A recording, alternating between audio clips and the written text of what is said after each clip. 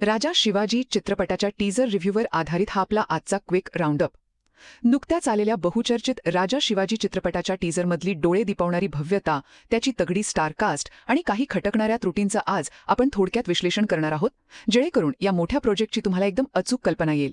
पहिले, या प्रोजेक्टची भव्यता आणि बजेट खरंच अफाट आहे. रितेश देशमुख, संजय दत्त आणि अभिषेक बच्चन यांसारख्या तगड्या स्टार्सचा वावर आणि अजय अतुल यांचं अंगावर काटा आणणारं भारी संगीत ही या टीजरची सर्वात मोठी जमेची बाजू आहे. पण इथे मला एक प्रश्न पडतो, एवढं मोठं बजेट आणि टॉप नॉच डायलॉग डिलिव्हरी नक्कीच भुरळ घालते, पण फक्त पैसा आणि स्टार्सच्या जोरावर एखादा सिनेमा यशस्वी होऊ शकतो का? दुसरे, यातील ऐतिहासिक सादरीकरण आणि ॲक्शन सीन्स. यातली ॲक्शन तानाजी किंवा छावासारखी थोडी ओव्हर द टॉप वाटते, म्हणजे एका वारात सैनिकाचे 2 तुकडे होताना दिसतात.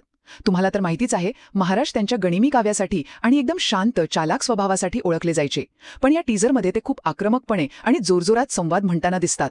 मग साहजिकच प्रश्न येतो, सिनेमॅटिक लिबर्टी आणि ॲक्शनच्या नादात आपण महाराजांचं मूळ शांत आणि मुत्सद्दी व्यक्तिमत्व कुठेतरी हरवत तर नाही आहोत ना? शेवटी काही तांत्रिक त्रुटी आणि मर्यादित रिलीज. हत्ती आणि बैलाच्या फाईट सीन्समधलं ॲनिमेशन म्हणजे VFX अजून बरंच सुधारण्याची गरज आहे.